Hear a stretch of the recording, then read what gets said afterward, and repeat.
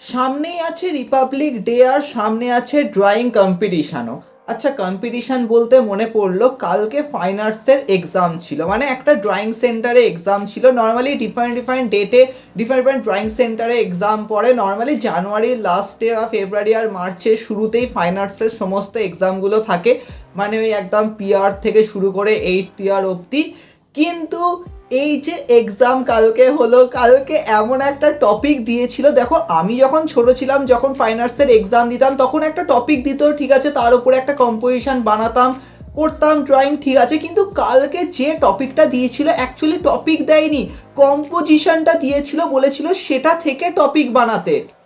মানে বুঝতে পারছো কতটা চাপ দিচ্ছে, মানে ভাবো এখন কোন লেভেলে চলে গেছে। হ্যাঁ, এই জন্যই বোধহয় অনেকে এক্সাম দিতেই চায় না, এত চাপ কে নেবে, জাস্ট ছবি আঁকছে ছবি আঁকছে। কিন্তু না, আমি সবসময় বলবো এক্সাম দাও, তাহলেই তো তুমি শিখতে পারবে, বুঝতে পারবে যে হ্যাঁ ছবি আঁকার পেছনে কী কী রয়েছে। তবে ছোটদের এত চাপ কখনোই তারা নেয় না, মানে তাদেরকে দেয় না।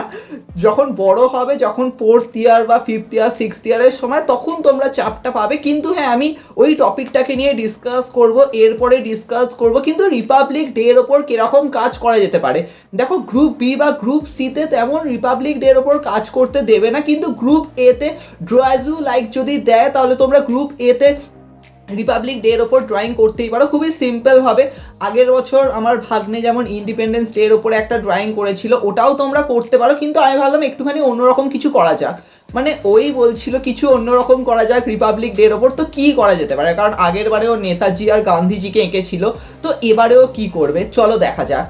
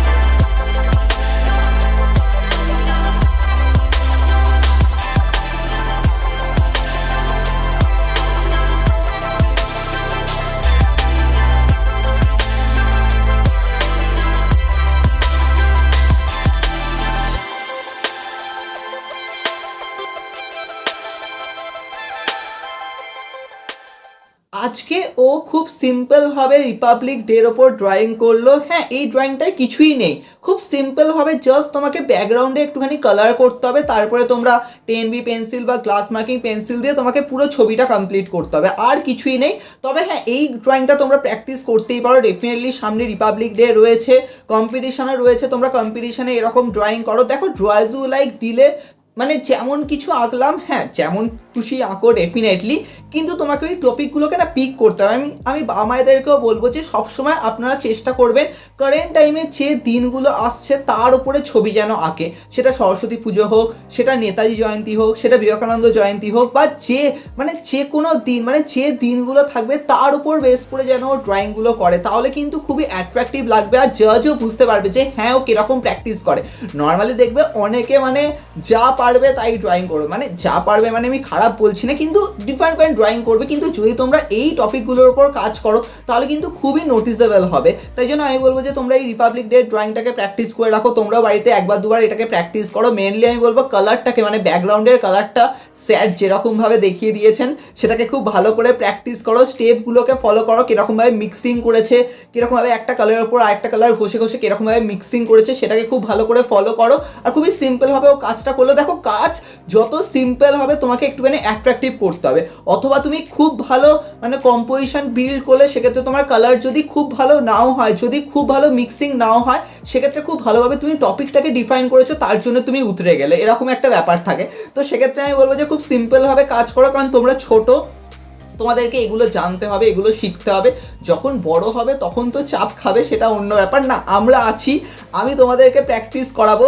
আমাদের চ্যানেলে তো এরকম প্রচুর প্রচুর টপিকের ওপর কাজ হয়। কিন্তু হ্যাঁ গাইস, এর পরের এপিসোডটা ছোটদের জন্য নয়, বড়দের জন্য। কিন্তু বড়দেরকে এখন কি চাপ দেওয়া হচ্ছে ফাইন আর্টসের এক্সামে সেটা বলবো। অনেক কিছু আসবে শুভম দত্ত আর্ট টিউটোরিয়ালে, আর হ্যাঁ এবছর তো আলাদাই লেভেলে আসবে, অনেক কিছু আসবে। দেখা হবে পরের ভিডিওতে।